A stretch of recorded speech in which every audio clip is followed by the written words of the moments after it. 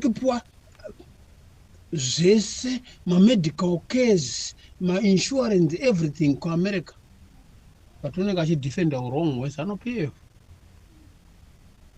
neuyu wokushayiwa chigiwa kukonwa kugerwa musoro uyu George Charamba mene kuti wakapedza kupedzisira kugerwa rini.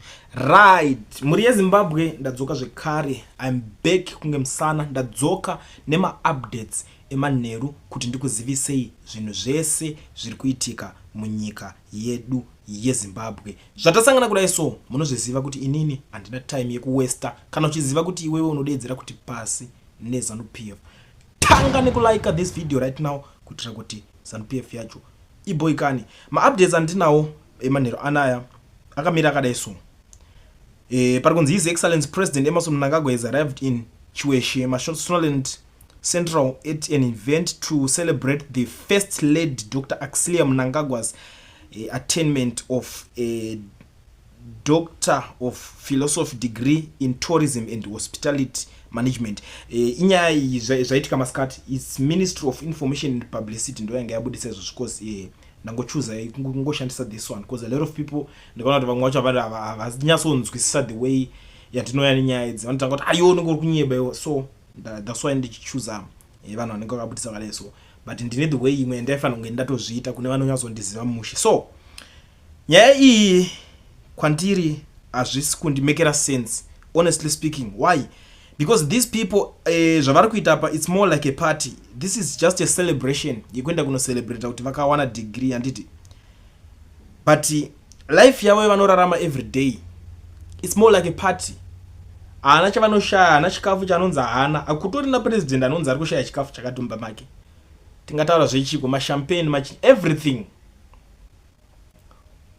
Kwete zvokuti zvake kana kuti zvenyika kuda kuti life yavo ipati kudhara, but kuona vanhu vakusvika pa the extent yekuti vakuenda kunopemberera kuita mabiko ekuti pakaitwa degree patone era. Why ndiri kudaro? Era iyoyo inoratidza kuti vanhu ava zvekuita chazvo zvinogona kunge vari kuona kunge vakatoita zvitori enough kudhara. Imagine tiri pa extent yekuti nyika nanhasi ino importa matoothpick. Zvinhu zvimwe zvese zvekuti panofanira kunge pari kutogadziriswa masectors saka patoita sei ndiani achaitawo zvakati ndiani achaita zvakati. All those things zvinoita nga zvidiki zvitori important. Time yeseyo I don't know kuti chiibona but ini chandinoziva ndechekuti time is money. That's what I know. Kuti time is money. Hapana pekuti time yongoramba ichingotambiswa pachiitwa zina nebasa rese. Zvimwe zvacho it's better kutogara mu-state house macho kwakuchimirira vanhu vanouya nema-meetings, ma-business proposal machinchi zvine musoro zvine sense kuti tuma-tuckshop. No. Maybe tino overreacta but hazvina kunyatsondibata Mushe honestly speaking. So tiri ipapo ndiri kusangana imwe nyaya panapa iri kunzi a devastating storm has just hit Chegutu here in Mashonaland West, leaving a trail of destruction, homes damaged, trees uprooted and families affected as the community begins to pick up the pieces of trail of destruction. Is a stark reminder of the growing impact of climate changes. Mota dzakapwanyika, miti yakangodonha ikangodidi, dzimwe dzakatorwa marata, vamwe vangototera vafamba vachitera vachinhonga marata. It's something chiri kunzi chakaitika kuChegutu zvakaoma very way. I think ndo zvimwe zvinhu zvinofanira kunge zvichitopaywa attention, zvichitotariswa nevanhu ava vari kuswera vachinoita mapata. Something yuri padai paritotumwa vanhu poni kuti orati vanhu vaka-affectika zvakaita sei. Vanhu vatumwa vatoenda vatonoona ikoko. Kune kuti nyaya tinozoita yekungonzwa on X, which is not good. Elias Mudzuri ari uyo panapa ari kupengereka. Advocate Nelson Chamisa anga asenda cape yake ikanzi God is in it. And then Elias Mudzuri ndopa ari kubuda ari kuti the truth is that you have no plan. I advise you quit politics and find something better to do. This isn't your game. You are a faint heart.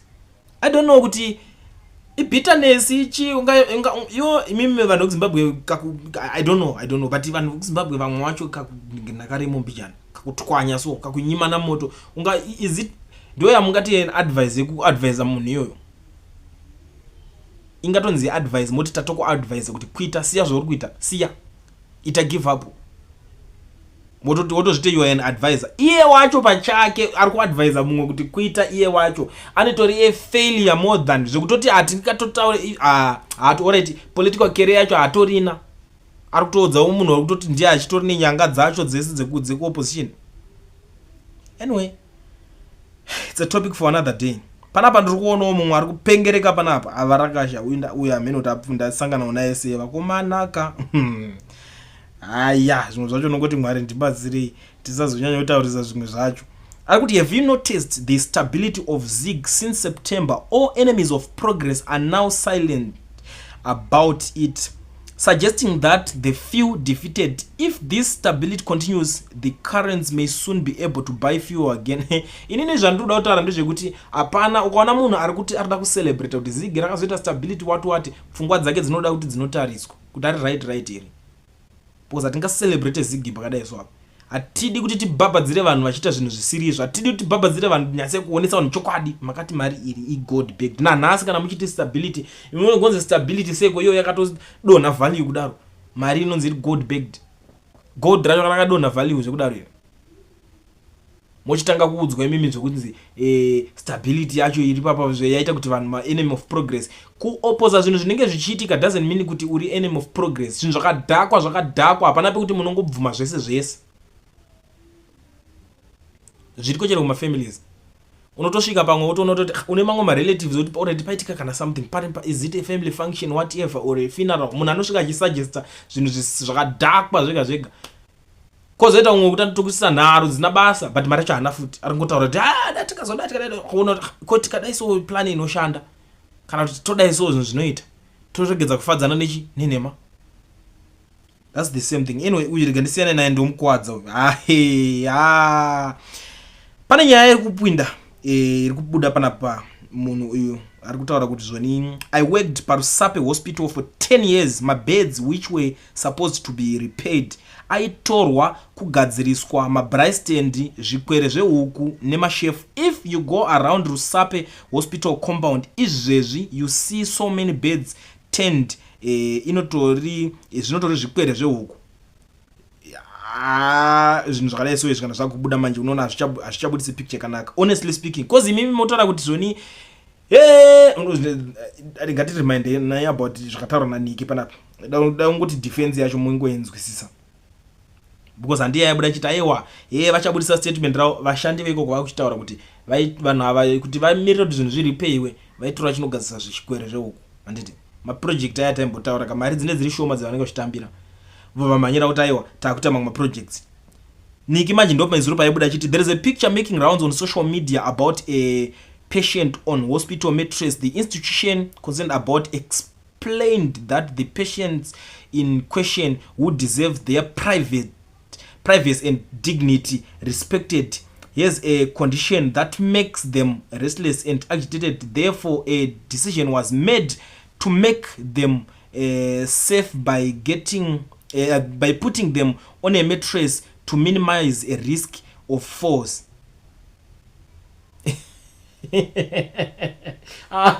Ayo vanojairira vana uyu ari kutaura kuti mabhedha yacho yamutora masimbi yacho mibhedha zvimaframe zvebhedha zvakagadziswa zvikwere zvehuku. Uyu ari kuuya achidefenda achiti uyu ati aiwa vati vamurarise ipapo because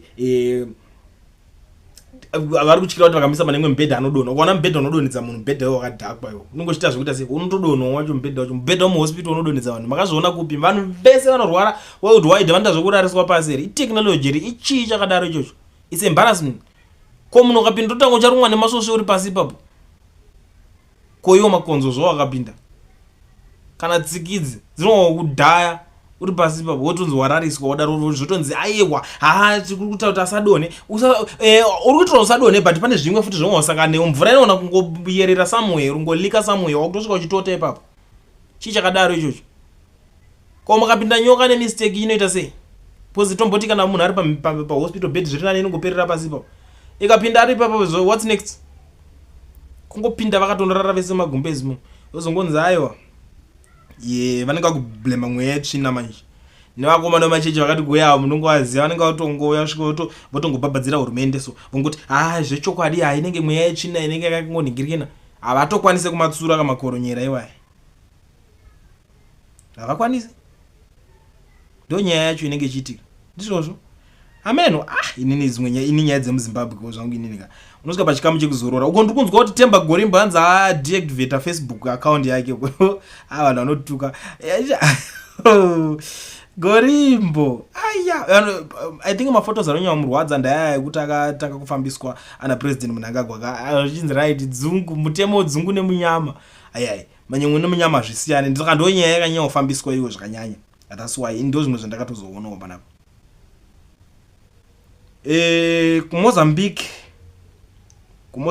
Kumozambique kuri kuraiwa vanhu amadzadiwa. Nyaya iyi inorwadza, inosiririsa. Hatidi kunyeberana. Iko zvinezvi vari vatobva kuraiwa mwe iko zvinezvi utoni 12 minutes ago. Alright. Mozambican riot police killed at least one person and injured several others this afternoon in Rasango Gashia border with South Africa when they fired tear gas and live bullets to disperse a funeral crowd. The victims were attending the funeral of a blogger Mano Shooters, who was also shot dead by police while live streaming Thursday's violence clashes at the border. Mozambican police are on killing spree and their bosses are doing nothing to stop it. Munhu vanhu vangaenda pa funeral kuti tikedza tiende mukomana enda ikudzewa pa uya njiti angari Facebook live akaba live achitora situation iri kuitika achitaura kuti why vari kufaya mategas umu mune vana vacheche vasina chavanoziva why vari kuita zvinhu izvozvo anditi vanhu vari kuenda kunomuchema manje akatofazvo ndo pari kutonzi patofongwe futi papo pavari kuchema polisi kusvika ichingodzinga vanhu parufu zvinhu zvakadaro tobva taita vamwe vanhu kuti vanoenda vangonoti ndese politics izi hazisi zveni vanhu parufu vanodzingirwei pozi zvimwe zvacho hazvidi kusekererwa vanhu vachingozviita munongosekerera benzi uchigeza unongoziva mahwana acho ukasekerera benzi usekerera benzi rinotiza nehembe dzako dzodozopfeka uchibudemo unomaziva mahwana acho. Ndo maissues ekuti kusadha kwakaendwa pakagarwa pasi potaurwa votsura makoronyera aya zvese ndosokonyora kuti dzimwe nyika idzi I don't think kuti Mozambique kune checha vaitoita izvo because these guys they are fighting for their country. Kunoko vaneta the way vanotreatwa machangani machinchi vaneta, they are sick and tired of that nonsense. Vatati no tine nyika yedu yekuti isusu inokwanisa kuti accommodate tese ngaishiva a better country through munhu wavakati ndo vari kuda kuti ange ari ipapo ndobva varohwa skillful racho ravarohwa iroro zvaane makuwa mukati utongodzi muchatongotida musingatide. Anyway, muri yeZimbabwe munoziva ndisingatambise nguva sei munhu agara anga kanonoka kudhara nhasi regedze ndigumira panapa iko zvinezvi maaudios ari kuuya vanhu vari kuuya chiziviso guys inini handite zvefavor munhu anenge angoisa audio rake ndinongoya ndingoisa as long as usina kutaura mavulgar words zvinyadzi chiya zviyezvi zvekuti uri kupopota uri kuita sei ndinongoya ndingoisa video ndingoisa audio sise zvazviri handisi munhu kuti ndenjichuza. So kune vanenge vachida kuisawo avo nhamba ndidzo dzichangosiya on screen modzionera. Saka zviri zvanhasi sarai muchinzwa this audio mondiudzawo zvamuri kufunga in the comment section. kuri sei tunoona kuti tunozoda kuzomhanya kana maelections kunosvika kuti hatina mari tokumbirawo kuti uye mutungamiri wedu achamisa vatange zvinozvi kutovhura maakaundi vanhu tidonate mari tiri kunze kwenyika tidonate mari hatidi kuzoti kana maelections asvika yozoita too late todonata mari kwasara 2 months kwasara 3 weeks. So toda kutangara kuti tototanga kutodonata mari now toda kutotanga kutodonata mari kuitira kuti maelections paanoitwa 2008 pa 2028 mari inenge yatopo togadzisa zvinhu because asikuda kuzo 2027 pamunotanga kuti takuda mari iri kushota ndaitotangwa izvozvi kuvhurwa maakaundi vanhu tidonate toda kutodonata mari. Arume kunyika dzavatorwa vana vari kufa senhapwa. MuZimbabwe vana vari kufa senhapwa but inyika yedu.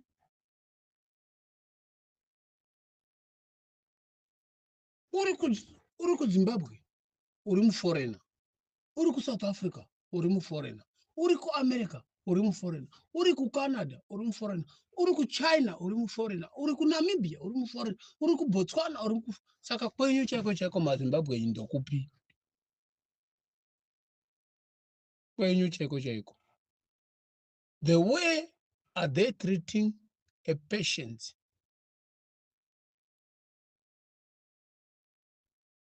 kuzipatara? And with Zanupf, they assure us we are the foreigners in Zimbabwe. But it's our country, but we are foreigners there. Our mother and sister and brothers and the uncle and the grandmother and what, they are foreign in Zimbabwe. Only the people for Zanupf, they are people in Zimbabwe.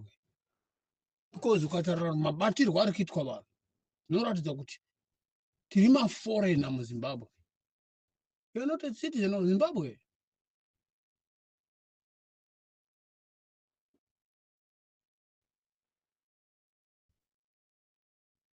Niki mangwana kenezvo ari kupiwa zvese mamedical cares mainsurance everything kuAmerica, but unenge achidefenda urong hweZanupf neuyu wekushayiwa chigiwa kukonwa kugerwa musoro uyu George Charamba. Amene kuti wakapedzisira kugerwa rini? Amene wakapedzisira kugerwa rini? Umusoro usingazivi chigero.